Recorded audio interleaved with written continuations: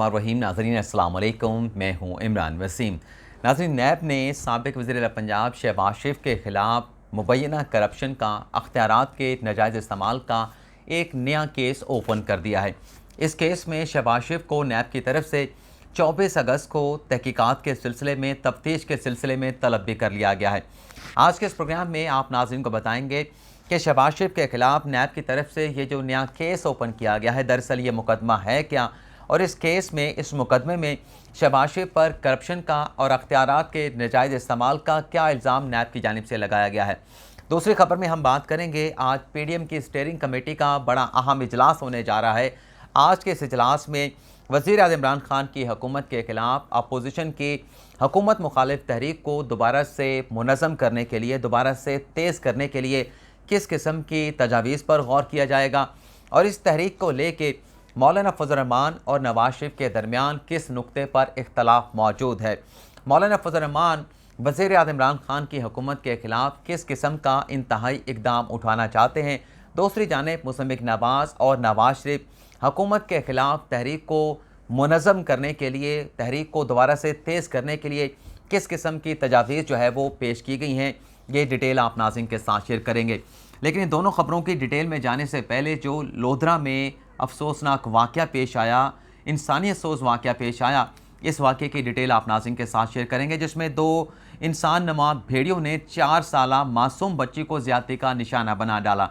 नाज़रीन, इस वाक़े की डिटेल ये है कि लोधरा के नवाई इलाके में ये वाक़या पेश आया था, जहाँ 2 सफाक मुल्ज़मान ने 4 साला बच्ची को ज़बरदस्ती वो खेतों में ले गए थे, और खेतों में ले जाने के बाद उन दोनों भेड़ियों ने, इंसान नमा भेड़ियों ने उस बच्ची को ना सिर्फ ज़्यादती का निशाना बनाया, और ज़्यादती के दौरान जब ये 4 साला मासूम नन्ही कलीब मासूम बच्ची बेहोश हो गई, तो दोनों सफाक मुल्ज़मान उस बच्ची को खेतों में छोड़ के वहाँ से फ़रार हो गए।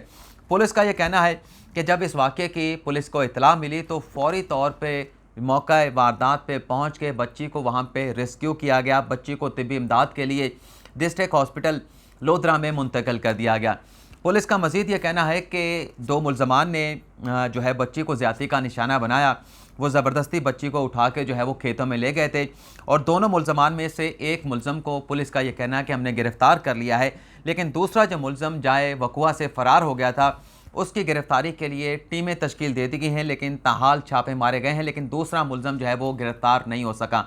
दूसरी जानिब इस वाक़े के बाद जो DPO लोधरा हैं, उनकी जानिब से बड़ी सख्ती से ये ऑर्डर जारी किए गए हैं, डायरेक्शन जारी की गई है मुतलका SHO को कि जो दूसरा मुल्ज़म जो बच्ची के साथ ज़्यादती में मुलविस पाया गया है, उसको भी फ़ौरी तौर पे गिरफ़्तार किया जाए और दोनों मुल्ज़मान को कैफ़रे किरदार तक पहुँचाया जाए।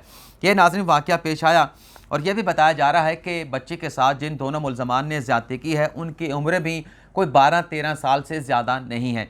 हमें यह बहसीत मुआशरा ये सोचना चाहिए कि रोज़ इस किस्म का वाक़या हम मीडिया पे देखते हैं, मीडिया पे सुनते हैं। मोटरवे पे ख़तून के साथ बच्ची का ज़्यादती का वाक़या पेश आता है।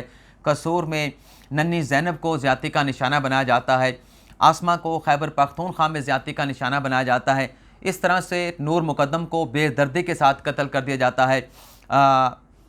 जोड़े को इस्लामाबाद में E11 में उस्मान मिर्ज़ा नामी जो है वो हैवान जो है वो उसकी वीडियो बनाता है, उसे हरासा करता है। रोज़ इस तरह का वाक़या पेश आता है। मीनार पाकिस्तान पर लड़की के साथ जो वाक़या पेश आया, गो के उस वाक़ये के हवाले से हमारी जो कौम है वो स्प्लिट दिखाई देती है। एक वो तबका है जो कहता है कि इस वाक़ये के ज़रिए सोची समझी साजिश के तहत पाकिस्तान को बदनाम किया गया। एक वो लोग ग्रुप हैं, एक वो तबका जो कहता है कि इस बच्ची के साथ बहुत ज़्यादा ज़्यादती हुई है, और वो इस बच्ची की सपोर्ट में, इस लड़की आयशा की सपोर्ट में उनके साथ खड़े हैं। लेकिन अलमिया यह है कि रोज़ ऐसा वाक़या पेश आता है। कल भी एक वीडियो और सामने आई जिसमें देखा गया कि लाहौर में 14 अगस्त के दौरान रिक्शे पे बैठी हुई एक लड़की को, जो पीछे देख भी नहीं रही थी, उसके साथ जो है वो दस्तअंदाज़ी की गई, उसका ज़बरदस्ती बोसा ले लिया गया।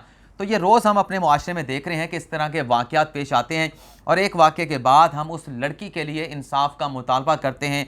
सोशल मीडिया पे ट्रेंड चलाया जाता है, लेकिन अभी वो ट्रेंड ख़त्म ही होता है कि दूसरा वाक़या मंजर-ए-आम पर आ जाता है, दूसरा वाक़या मीडिया की ज़ीनत बन जाता है, और हम दोबारा से उस वाक़े में मुलविस बच्ची के लिए इंसाफ का तकाज़ा, इंसाफ का मुतालबा करना शुरू कर देते हैं। अब आप अंदाज़ा लगाएं कि ये 4 साला बच्ची है, मासूम बच्ची है, नन्ही कली है, और हमें हवस इतनी ज़्यादा हो चुकी है कि हमारी एजुकेशन इतनी कम है, हमें हमारी अखलाकियात इतनी गिर गई हैं कि 4 साल बच्ची को ज़्यादती का निशाना बना रहे हैं, जिसका सोच में नहीं सकता कि कोई दरिंदा, कोई हैवान होगा, कोई भेड़िया होगा जो ऐसी 4 साल मासूम बच्ची के साथ जो है वो ज़्यादती कर सकता है। और एक भी नहीं, 2-2 लोग मिलकर ज़्यादती करें, 2-2 मुल्ज़मान मिलके, 2-2 भेड़िए मिलकर ज़्यादती करें। ये बहुत अफसोसनाक वाक़े हैं। यकीन जाने कि ऐसे वाक़या सुनने के बाद दिल जो है वो दहल जाता है। खैर, अल्लाह जो है वो ऊपर बैठा सारी चीज़ों को देख रहा है। यहाँ इंसाफ नहीं मिलेगा तो इन मासूम बच्चियों को जब ये अल्लाह के पास जाएंगी, जब क़यामत का रोज़ आएगा, जब रोज़े महशर के दिन सबका जो है वो हिसाब होगा, तो ये बच्चियाँ चीख चीख कर जो है वो अल्लाह तबारक ताला से इंसाफ मांगेंगी। और जब अल्लाह ताला इंसाफ करेगा तो किसी के साथ नाइंसाफ़ी नहीं होगी। लेकिन हम भूल जाते हैं कि एक आखिरत का दिन भी है, आखिरत का इंसाफ का दिन भी है, और हम अपनी हवस में इतने अंधे हो जाते हैं कि हम नहीं देखते कि हम किसे ज़्यादती का निशाना बना रहे हैं। माज़रत चाहता हूँ कि इस खबर के साथ मेरे जज्बात भी शामिल हो गए थे। अब पहली खबर के हवाले से आपको बता देते हैं कि शहबाज शरीफ के ख़िलाफ़ जो नया केस ओपन किया गया है, नैब के ज़राए का यह कहना है कि शहबाज शरीफ के ख़िलाफ़ जो नया केस ओपन किया गया है वो रावलपिंडी मेट्रो बस के हवाले से ओपन किया गया है। इल्ज़ाम यह है कि शहबाज शरीफ ने अपने अख्तियारात का नाजायज़ इस्तेमाल करते हुए पेपरा रूल की खिलाफ वर्जी की गई, और ये ठेका एहसन इकबाल जो कि वज़ीर प्लानिंग थे 2013 से लेकर 2018 तक नवाज शरीफ की हुकूमत के दौरान, उनके भाई को यानी शहबाज शरीफ की तरफ से रावलपिंडी मेट्रो बस का ये ठेका एहसन इकबाल के भाई मुस्तफ़ा कमाल को दिया गया और पेपरा रूल्स की वायलेशन की गई, और डायरेक्ट ज़ुबानी हदायत के ऊपर ये ठेका जो है रावलपिंडी मेट्रो का जो है वो एहसन इकबाल के भाई को दे दिया गया। नैब का मौक़िफ़ ये है कि इस केस में अख्तियारात का नाजायज़ इस्तेमाल हुआ है, और अख्तियारात का जहाँ नाजायज़ इस्तेमाल होता है वहाँ पर करप्शन के एलिमेंट भी होते हैं। तो इसलिए इस केस को ओपन किया गया है। 24 अगस्त को शहबाज शरीफ को ज़ाती हैसियत में तफ्तीश के लिए, तहकीकात के लिए तलब कर लिया गया है। लेकिन यहाँ पर मेरा ये सवाल है कि इससे पहले जितने केस शहबाज शरीफ के ख़िलाफ़ खोले गए, झूठे या सच्चे मैं नहीं कह रहा, यानी आशियाना स्कैंडल खोला गया, वो केस कहाँ तक पहुँचा? रमज़ान शुगर मिल का केस खोला गया, रमज़ान शुगर मिल से मुल्हिका नाले का केस खोला गया, वो कहाँ तक पहुँचा? मनी लॉन्ड्रिंग का केस खोला गया, 25 अरब की मनी लॉन्ड्रिंग की बात की गई, वो केस कहाँ पे पहुँचे? नैब की तरफ से, नैब पंजाब की तरफ से या नैब कराची की तरफ से जितने भी सियासतदानों के खिलाफ ये केस खोले गए, पिछले 4 सालों में चेयरमैन नैब जो कहते हैं कि हमारी कारकर्दगी बहुत अहम रही है, आप ये बता दें कि जितने भी केसेस आपने इन लोगों के खिलाफ ओपन किए हैं, इन लोगों से आपने रिकवरी क्या की है, और जितने भी आपने रेफरेंस बनाए हैं अब तक, किस रेफरेंस में आपको कामयाबी मिली है? एहतसाब अदालत से कोई एक फ़ैसला सुना दें।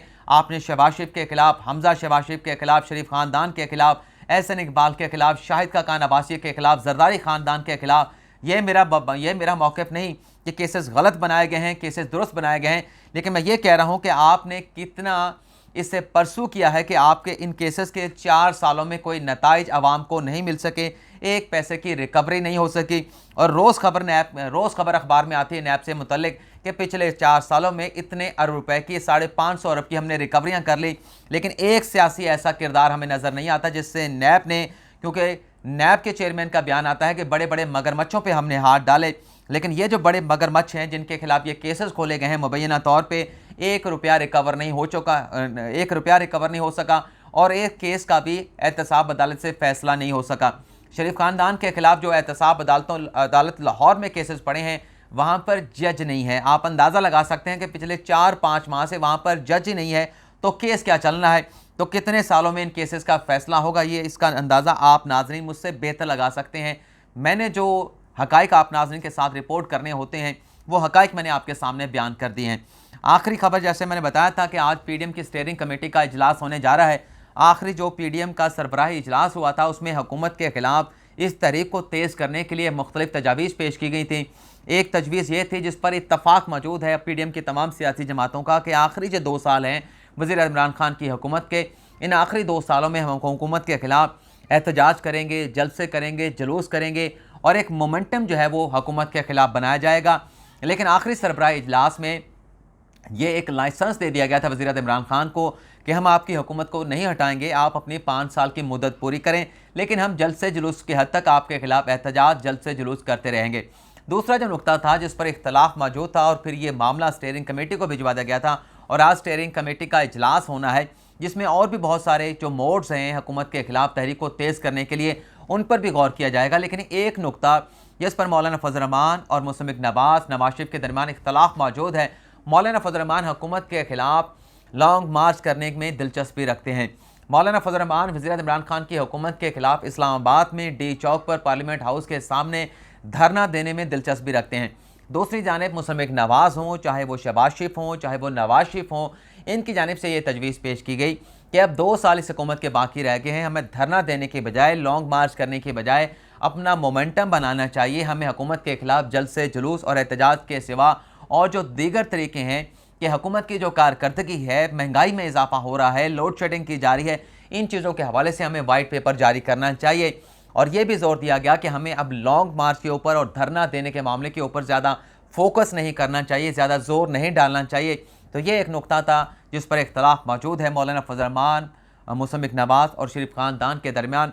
इसी मामले को लेके आज ये स्टीयरिंग कमेटी का इजलास बुलाया जा रहा है और आज के इस इजलास में क्या फ़ैसला सामने आता है ये तो शाम को ही पता चलेगा, जब ये इजलास कंडक्ट होने के बाद इख्तिताम पजीर होगा। तो ये नाज़रीन आज की हमारी ख़बरें। फ़िलहाल आपसे इजाज़त चाहते हैं, अगले प्रोग्राम में एक नई खबर के साथ आपकी खिदमत में हाज़िर होंगे।